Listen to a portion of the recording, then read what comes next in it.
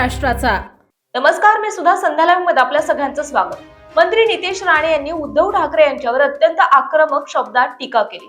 Corona काळातील निर्णयांवर प्रश्न उपस्थित करत त्यांनी राम मंदिरातील महाआरतीवरही निशाणा साधला. यावेळी राणे यांनी अनेक वादग्रस्त आरोप आणि वक्तव्य केली आहेत. हर साल 5 से 6 जनों की मौत अनफॉर्चुनेटली पाकिस्तानचा एजंट होने के कारण उद्धव हक याची एक पत्रकार परिषद झाली.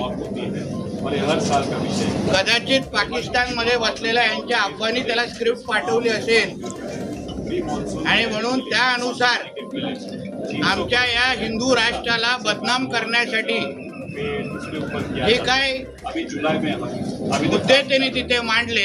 31 मे तक वो काम ती भाषा आणि पाकिस्तानच्या एजंट मधली भाषा काहीच वेगळी नाही.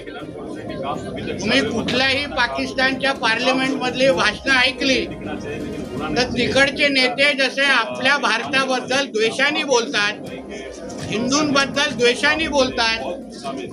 कदाचित बिन लादेनची भाषा आणि उद्धव ठाकरेची भाषा एकच असावी, स्क्रिप्ट पण एकच असावी.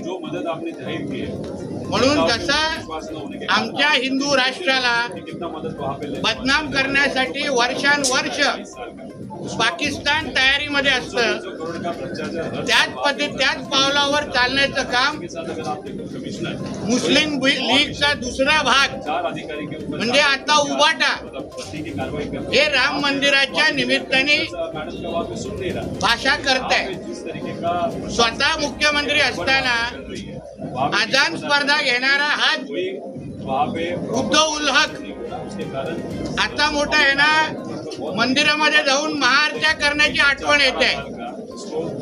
कोरोनाच्या काळात जे नियम मंदिरांना लावले, जे नियम मुख्यमंत्री असताना हिंदू सणांना लावले, ते कुठलेच नियम त्यांनी कधी मशिदीला आणि अन्य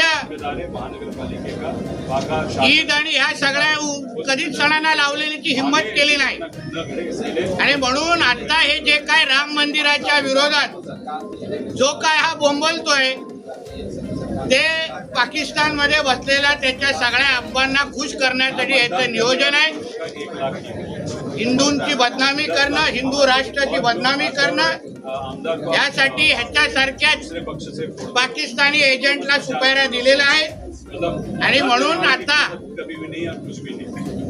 राजकीय धर्मांतर झालं असलं तरी हिंदू राष्ट्राला बदनाम करण्यासाठी ही सगळी आता नवीन नौटंकी यांनी सुरू केलेली आहे. पण कुठल्याही मंदिरात पाऊल टाकल्यानंतर पण कितीही महाआरत्या या उद्धव हकनी करत असला तरी आमच्या कुठलेही देव ह्याला काय पावणार नाही. खरं म्हटलं तर ह्यांनी ज्या मंदिरामध्ये हा पाऊल टाकेल तिथे गोमूत्राने शिंपडून ते शुद्ध करायला पाहिजे.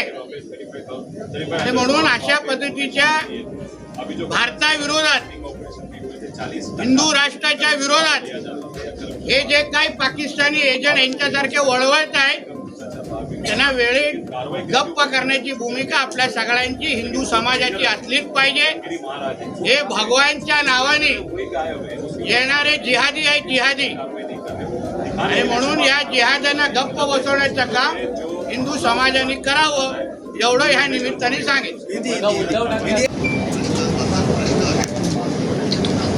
ऐकलं का?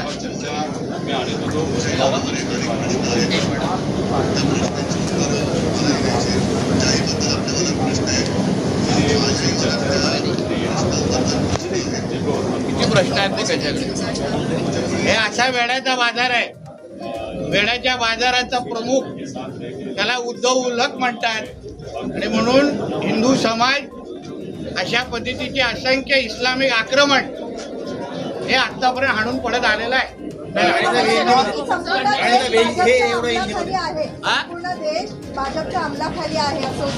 अहो, संपूर्ण आमच्या हिंदू राष्ट्राने नरेंद्र मोदीजींच्या NDA सरकारला 3दा निवडून दिलं. 14ला तर ह्यांना पण निवडून दिलेलं उद्धवजींच्या बरोबर. हे आता काय भारतीय जनता पक्षाच्या विरोधात बोलतात. उद्धवजींच्याच खासदारांना नरेंद्र मोदीजींच्या नेतृत्वात तेव्हा 14ला निवडून तेव्हा यांना या सगळ्या गोष्टी वाटल्या नाहीत. तेव्हा हे लोक फटाके फोडायचे तेव्हा. ताज्या आणि महत्त्वपूर्ण बातम्या पाहण्यासाठी आजच आमच्या संध्या लाईव्ह न्यूज चॅनलला YouTubeवर सबस्क्राईब करा आणि बेल आयकॉन प्रेस करा.